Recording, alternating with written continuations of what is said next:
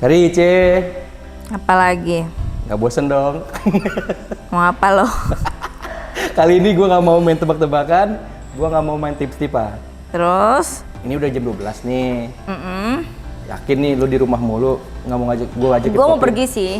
Ah, cocok nih. Lo mau ngajak gue kemana? Gue mau ngajakin lu ngopi. Endorse. Yuk. Mau. Lumayan. Yoi. Budget. Let's go. Let's go. Kita ke itu Ki, Forestry yang Jalan Marga Satwa. Bangun pagi. Kalau aku itu bangun pagi, aku minum jamu, terus minum kopi. Aku kopi hitam ya, jadi aku biasanya nggak pakai susu, kopi hitam. Terus aku pasti olahraga. Apa aja, jadi aku kayak nggak monoton gitu, nggak yang kayak ada orang yang kayak lari aja atau nggak cuma yoga aja, nggak. Kalau aku kayak banyak. Aku juga yoga, aku boxing, aku juga jogging, aku sekarang lagi belajar tenis. Jadi apa aja sih, jadi yang bikin aku happy gitu. Terus ya, yang penting ada 3 hal yang lu harus, kalau lu udah punya ini udah deh, lu bersyukur. 1, tidur enak, makan enak, dan napas enak. Kenapa gue bilang gitu? Kalau bisa lu tidur yang cukup. Jadi nggak semua orang bisa tidur enak, nggak semua orang bisa tidur cukup karena waktu misalnya. Jadi mereka nggak bisa tidur cukup karena kerjaan ya kan. Nah kalau lu bisa punya waktu untuk bisa tidur enak, tidur lebih lama 8-7 jam, ya lakukan lah. Karena banyak banget teman-teman aku yang untuk tidur aja harus minum obat. Itu per butirnya itu cukup mahal gitu loh. Terus makan enak itu maksudnya bukan hanya enak di lidah, tapi setelah makan malah bikin kita sehat, jadi enak. Bukan habis makan ini leher sakit, pegel-pegel kan, kolesterol naik, itu namanya bukan makan enak. Makan yang enak itu harus yang di badan kita malah bikin kita sehat. Dan napas enak tuh tinggal olahraga, jadi kita napas, tidur nggak pakai alat bantu napas, itu harus disyukuri sih. Terakhir ya, lu pernah nggak sih yang kayak berapa gojek selama setahun, pernah nggak? Betul, tuh betul. Ada yang lagi viral waktu itu kan? Iya benar-benar. Transmi gue cuma 230.000. Seriusan lo? Gue jarang banget gojek makanan, gue jarang pesen makanan. Gue lebih suka makan di rumah, masak sendiri. Terus gue tahu apa bahannya gitu. Jadi suatu hari itu gue pernah ketemu sama orang yang salah satu dokter yang menurut gue dia pintar sih. Dia bilang gini, kolesterol, asam urat dan sakit tensi, diabetes itu bukan penyakit turunan. Terjadinya penyakit itu karena katanya kalian satu keluarga satu meja. Jadi apa yang lu makan, anak lu makan. Jadinya kayak sama sakitnya gitu loh. Jadi bukan sakit turunan. Jadi dari situ kayak gue berpikir, oke, kalau gitu apa yang masuk ke badan anak-anak gue, ke suami gue itu tanggung jawab gue gitu. Jadi sebisa mungkin gue usahakan untuk memberikan mereka makanan-makanan yang sehat gitu aja sih.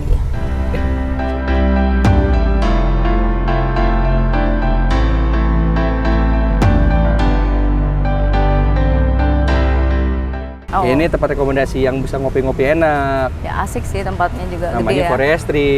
Oke. Nah. Lu ngajak gue ngopi tapi gue ngeteh, jangan marah. Enggak, kita cobain kopinya.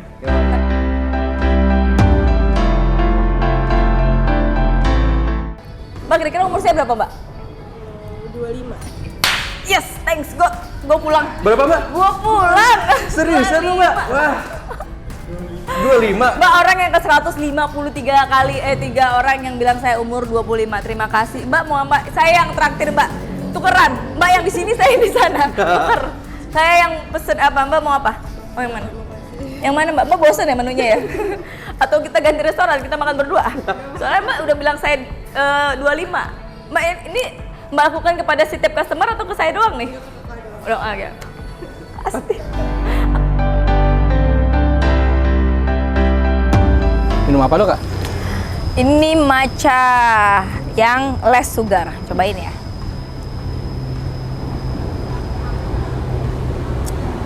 Enak. Enak.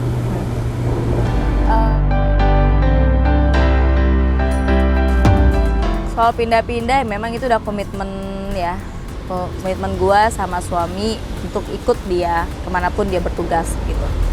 Untuk anak-anak ya, yang gue itu pengennya mereka itu bisa bergaul dengan baik dengan siapapun. Apalagi bukan mereka bakal berpindah-pindah tempat yang bener-bener culture yang berbeda, bahasa yang berbeda. Betul. Yang terutama yang gue didik anak gue adalah untuk hidup sederhana. Kalau Itu gue tuh, ya, tips iya. hidup sederhana. Iya, hidup sederhana.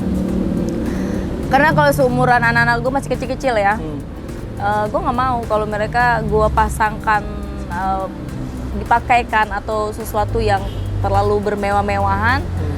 Gue takutnya dia nggak bisa diterima di suatu lingkungan. Oke. Jadi dia hanya dapat diterima di lingkungan yang dia merasa itu apanya ya, Iya, kelasnya ini, lah kelasnya gitu dia lah ya. gitu. Sehingga di lingkungan lain dia nggak bisa diterima. Oke. Nah, yang gue tuh pengennya dia itu diterima di semua lingkungan.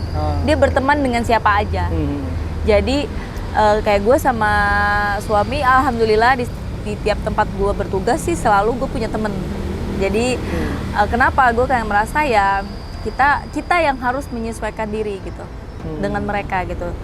Kenapa gue nggak apalagi suami gue kan juga pegawai negeri ya, gue nggak bisa yang terlalu over gitu-gitu karena ya di samping bokap gue siapa, tapi kan ada suami dengan pekerjaan dia yang memang gue nggak mau mengganggu dia untuk ya kena dengan gosip ataupun apapun gitu.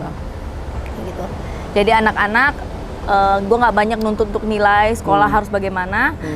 Dan for your information, anak gue sekolah negeri. Anak gue sekolah negeri. Jadi setiap pindah daerah pasti gue akan masukkan sekolah negeri, tapi ya sekolah negeri yang bagus ya. Dan mungkin supaya apa? Supaya mereka bisa berteman lebih banyak dan mereka bisa bergaul dengan segala tipe orang. Jadi anak gue yang pertama ya, yang Orlin kan pernah bilang, Mami, temen aku ada yang bilang anak aku kan di sekolah panggilnya Misha ya. Namanya kan Rumisha. Jadi depannya ada Misha. Panggilan rumahnya Orlin. Misha, ternyata dengan bahasa Palu ya, ternyata kau kakek kau orang kaya. Sultan. Mobil kau banyak. Namanya anak-anak kan polos ya. Betul.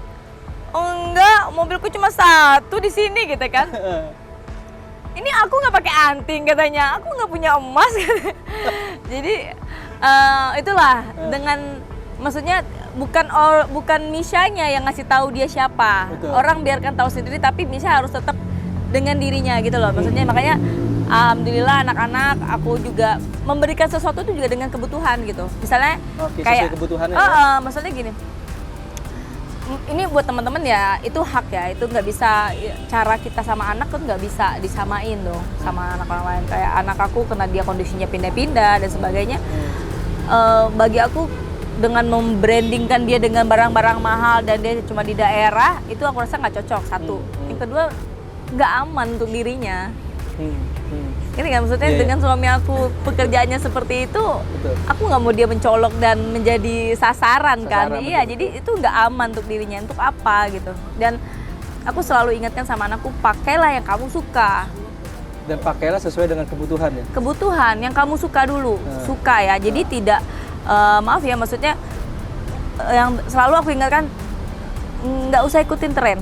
Bahkan tren makanan aja aku nggak ikutin. Wah, tren makanan ini semua ikut gitu, enggak. Jadi pakai, makan, minumlah yang kamu suka. Jadi nggak usah ngikutin tren. Tren nggak ada habisnya. Kamu bisa hancur sih karena tren. Berarti kalau kata anak zaman sekarang tuh secukupnya. Ya, secukupnya. Secukupnya dan seperlunya. Iya, benar. Itu sih yang pernah di suatu momen gue punya temen lagi jalan, ibunya telepon, terus dia kayak di-reject, bilang kenapa nggak dijawab, telepon mulu, kepo banget. Gue bilang angkat, lu nggak tahu berapa banyak orang yang merindukan telepon ibunya, gitu loh, ngerti nggak lo? Berapa banyak orang yang merindukan telepon dari ayahnya gitu, yang menunggu. Tapi kan kadang ada yang udah nggak ada ya kan. Jadi hal yang lu anggap sepele mungkin tuh hal yang paling dirindukan. Itu aja sih. Angkat teleponnya atau lu yang telepon gitu aja sih. Gitu, udah.